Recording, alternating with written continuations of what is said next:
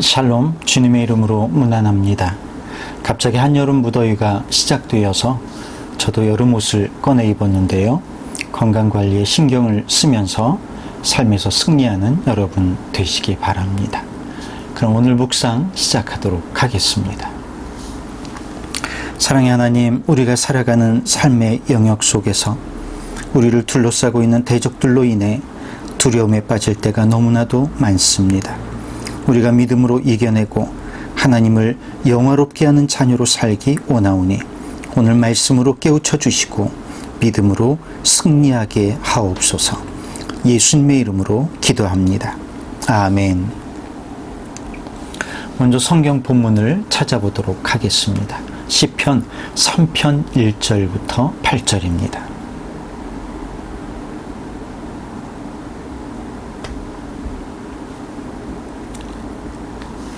여호와여, 나의 대적이 어찌 그리 많은지요. 일어나 나를 치는 자가 많으니이다. 많은 사람이 나를 대적하여 말하기를 그는 하나님께 구원을 받지 못한다 하나이다. 여호와여, 주는 나의 방패시요 나의 영광이시요 나의 머리를 드시는 자이시니이다. 내가 나의 목소리로 여호와께 부르짖으니 그의 성산에서 응답하시는도다. 내가 누워 자고 깨었으니 여호와께서 나를 붙드심이로다. 천만인이 나를 에워싸 진친다 하여도 나는 두려워하지 아니하리이다. 여호와여, 일어나소서.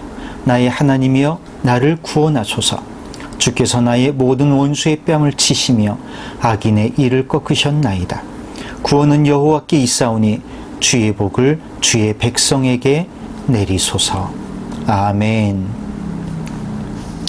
살다 보면 많은 대적에게 둘러싸여 있는 것처럼 느껴지는 순간이 있습니다.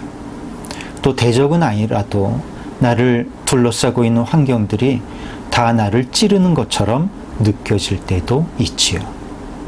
안 좋은 일은 마치 짜고 치는 것처럼 한꺼번에 몰려오기도 합니다. 그럴 때 우리는 왜 이렇게 우리 주위에 대적이 많은지 궁금해지지요. 오늘 시편 기자도 그런 감정에 휩싸여 있는 것처럼 보입니다. 1절에서 그는 이렇게 기도를 시작하지요. 여호와여, 나의 대적이 어찌 그리 많은지요. 일어나 나를 치는 자가 많으니이다. 또 심지어는 나를 둘러싸고 있는 그들이 우리의 믿음이나 혹은 하나님을 비웃는 것처럼 말하는 경우도 있습니다. 넌 믿음이 좋다면서 너를 도와준 사람이 하나도 없네? 하고 말이죠. 2절에서 기자 역시 이렇게 하소연합니다. 많은 사람들이 나를 대적하여 말하기를 그는 하나님께 구원을 받지 못한다 하나이다. 그러나 그는 이런 상황에서도 하나님에 대한 굳건한 신뢰로 믿음의 고백을 드립니다. 여호와여, 주는 나의 방패시요 나의 영광이시요 나의 머리를 드시는 자이시니이다. 이런 시편 기자의 고백을 듣고 있으면 우리의 믿음이 너무나도 부끄럽게 느껴집니다. 시편 기자는 어떻게 대적에 둘러싸여 있는 상황에서도 이런 고백을 드릴 수 있는 것일까요? 여기는 두 가지에 대한 믿음이 전제되어 있습니다. 첫째는 우리의 기도를 들으시는 하나님에 대한 신뢰입니다. 기도는 신뢰에 기초합니다. 기도에 응답해 주실 하나님에 대한 믿음이 없이 내 기도를 분명히 들어주실 것을 믿는 믿음이 없이 기도를 한다는 것은 어불성설이기 때문입니다. 둘째는 기도에 응답해 주시는 하나님에 대한 신뢰입니다. 사람은 대개 조금이라도 불안한 상황에 처하게 되면 근심 걱정에 쌓여서 잠을 이루지 못합니다. 저도 불과 몇 년 전까지만 해도 근심 걱정 때문에 잠을 이루지 못한다는 말을 이해하지 못할 정도로 잠을 잘 자던 사람이었습니다. 그런데 나이가 들고 보니 조금만 신경을 써도 혹은 조금만 흥분을 해도 거기에 신경이 쓰여서 한숨도 잠을 이루지 못하게 되는 날이 조금씩 늘어나고 있습니다. 나이가 들면서 우리 어깨에 짊어지게 되는 짐들이 점점 더 많아지고 그만큼 걱정해야 할 일이 많아진다는 뜻이겠지요. 그런데 시편 기자는 수많은 대적이 에워싼 상황에서도 눕고 자고 깨어나는 평안함을 누립니다. 이것은 그가 얼마나 하나님을 신뢰하고 있는가를 보여줍니다. 심지어 그는 천만인이 자기를 둘러싸고 위협해도 조금도 두렵지 않다고 고백합니다. 어떻게 그럴 수 있었을까요? 하나님이 자신을 붙들어 주심을 굳게 신뢰하기 때문입니다. 하나님에 대한 시편 기자의 신뢰는 자신의 기도가 이미 응답되었다는 확신에서 드러납니다. 하나님께 구원을 간구하니 그분이 모든 원수의 뺨을 치시며 악인의 이의를 꺾으셨다고 고백하고 있는 것입니다.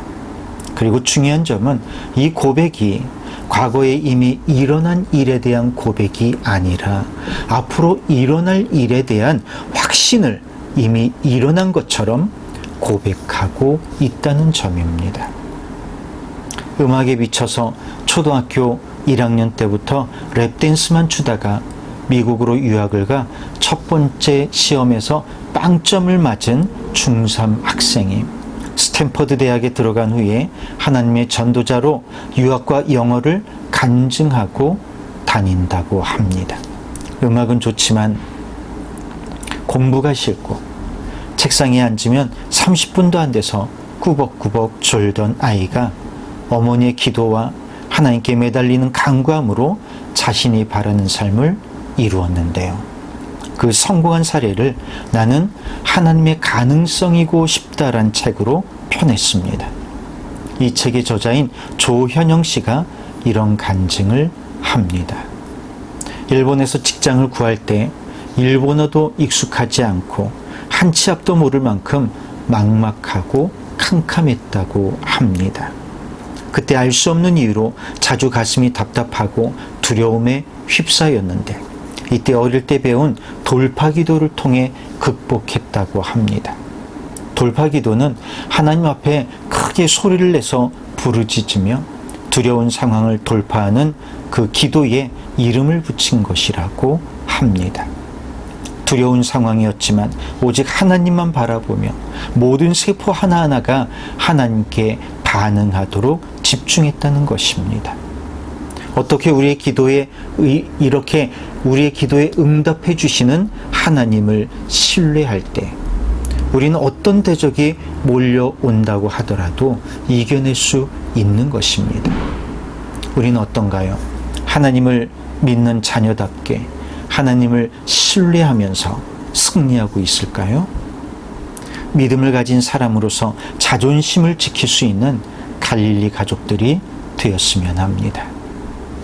EBS 세상을 바꾸는 시간 세바시에 김지훈 정치학 박사가 나와서 쪽팔리게 살지 맙시다라는 제목의 강연을 했는데요. 그가 이런 말을 합니다. 그분이 고등학교 때는 무감독 시험을 치렀는데 그 3년 동안 단 한 번도 부정행위가 없었다고 합니다.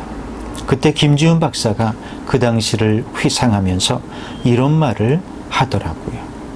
그 당시 우리에게는 고등학생이지만 가오 같은 게 있었습니다. 친구들하고 이런 이야기를 나눴죠. 야, 사람이 어떻게 쪽팔리게 컨닝을 하니? 그러면서 우리의 정치나 문화를 한 차원 더 높이기 위해서는 자존심이 필요한 것 같다고 말하고 있습니다. 우리 믿는 사람에게도 이런 자존심이 필요한 것 같습니다.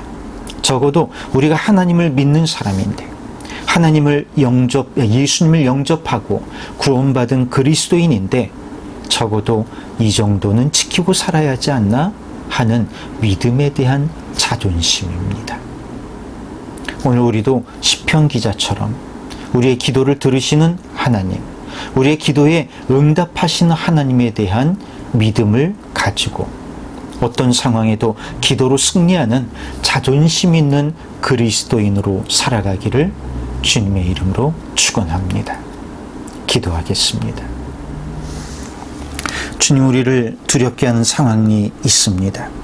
우리를 둘러싸고 있는 대적들에게 두려움을 느끼고 도망치고 싶을 때도 있습니다.